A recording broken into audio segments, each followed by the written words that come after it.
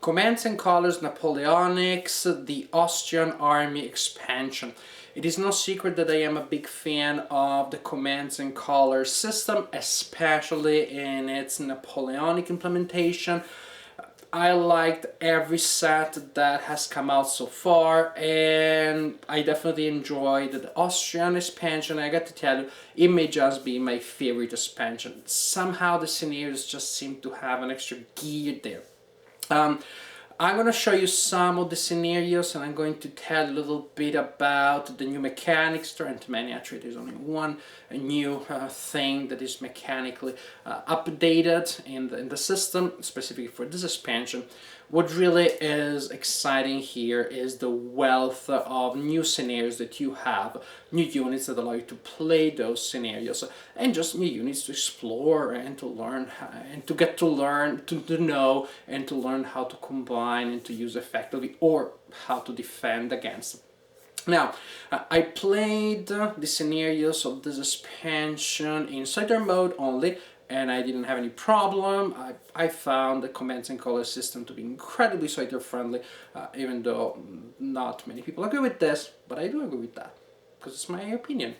I played it solitaire, usually late at night, and I didn't have time to film segments and video reports about it, especially because my daughters were asleep. I would wake them up. So what I did, I simply filmed the board of the scenarios that I played as it was set up. This way you can see how the setup is. I just didn't talk, I just didn't speak in those segments as I was filming. So I'm gonna try something different today. What I'm going to do is, next I'm gonna show you the segments that I filmed earlier, and I'm going to add my voiceover. Now, since I'm not a great expert in technical things related to computers and editing, no, I do not know how to add a voiceover professionally to a visual segment. So what I'll do, I'm going to play that on my computer, and I'm going to tell you about what you're going to see. It will look very homemade, but guess what? It is homemade, so I don't think it needs to look like a multi-billion production from Hollywood. Anyhow, let me show you some of the scenarios of Commands and Colors Napoleonics, the Austrian expansion. Here you see the setup for the scenario called Clash at Pordenone. It is a fairly straightforward scenario, not too large. There are some interesting landscape elements, but not too much in the way. Hi, Luisa! Luisa's coming to visit. Hi, Luisa! Yeah, you need to go and wash your face after you ate all those cookies, Luisa. Papi! Papi qui. Papi qui? Come on. Papi! Papi. Cheese! Cheese! Ah, Lord. Where were we? Clash at Pordenone. Small scenario. Good introduction for the system. Oh, look at that close up. What I was trying to show you here when I filmed this is this, well, here you have the victory points, the things that you use, the victory banners that you use to keep track of how you're doing. And here you have a token that is used to keep track of the only mechanical innovation in this expansion, which is the mass battalion. Actually, it's the battalion mass. What happens here is that you have Austrian battalions of infantry, which are particularly tight, and when they form square, they do not lose a card. They do not force you to lose a card, to put a card in the square display as usual. What you do instead is to use one of these tokens here to indicate the special status. That means that the Austrian army can form square without losing options when it comes to hand management. All other restrictions and rules about squares still apply. Oh, look at that! That's me showing you the thing.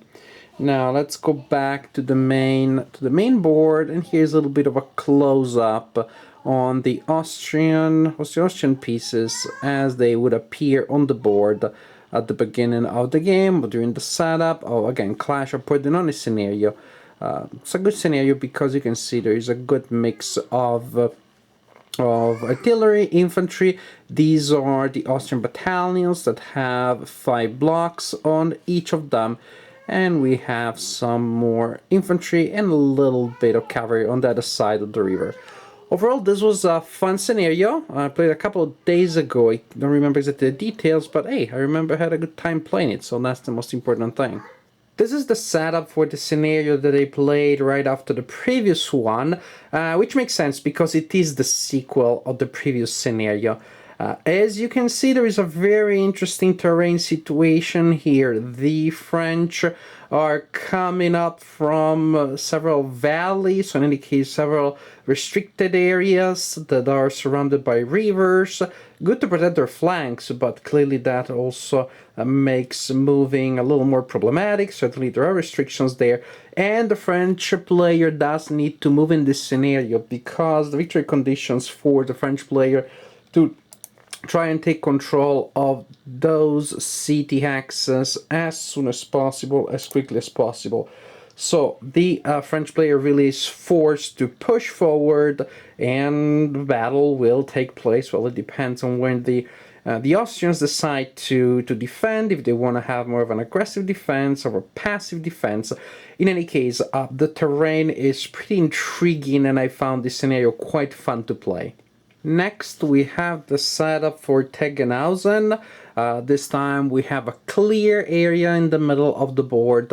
But again, the French are on the attack because they will try to take control of those ridges of hills that you see there in the back, and also they are trying to take control of the spaces behind the second ridge. Fairly large battle, not the largest in the rulebook by any means. Interesting because of the open terrain that you have here, that is, however, soon suddenly interrupted by a clash that will happen on and around the hills. Again, a scenario that I enjoyed playing quite a bit. As you can see, there is a common thread here, that is, I just enjoyed playing this game very much. And here we have the last segment that I prepared, one of the several segments dedicated to Wagram. Actually, this is the scenario for Wagram, July 6, 1809, with Davuda, Markens, Grumfen, Sielden, something something. It's a very long name. What it matters to me is that this is a cool scenario. This is a really pretty epic scenario. The largest I played, with a lot of blocks, a lot of things to do, interesting terrain. As you can see, we have a river here, and again the French are trying to get past that ridge of hills up there, and just a ton of units. Infantry here mainly, but very cool, we have a group of cavalry units here on the right flank. That of course opens up the possibility for some outflanking maneuver, and the infantry will need to choose where to go, if to push forward, to sort of like channel strength through that river.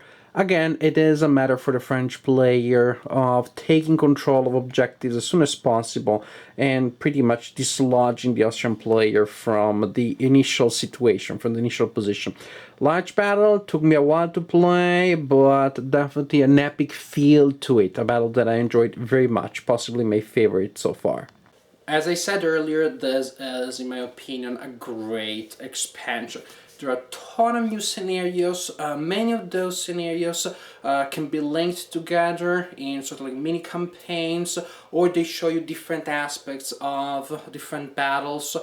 Like in other expansions, there is a large variety in the dynamics of the battles that the game allows you to perform. Some are cavalry heavy, a lot of them are infantry heavy, which from what I understand about the Austrian army makes sense. The mass battalions of the Austrians are really a pain in the neck, as I guess they're supposed to be.